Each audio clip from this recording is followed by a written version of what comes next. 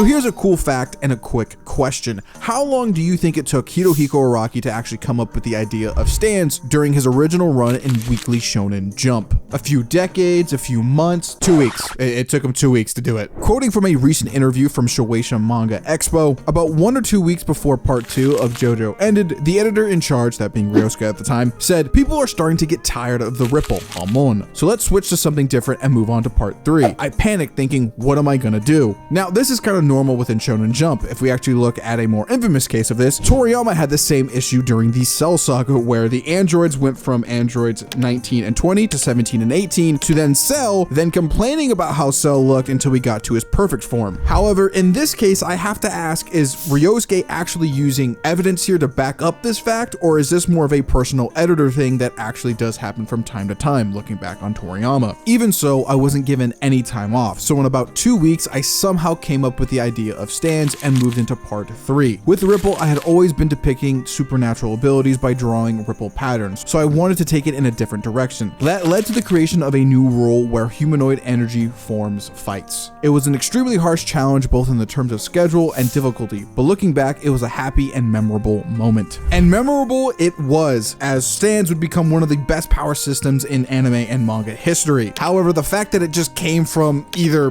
Ryosuke just not liking Hamon or statistics that have never been released or shown anywhere. Genuinely crazy. Pressure does indeed make diamonds. Stay hydrated and subscribe for more.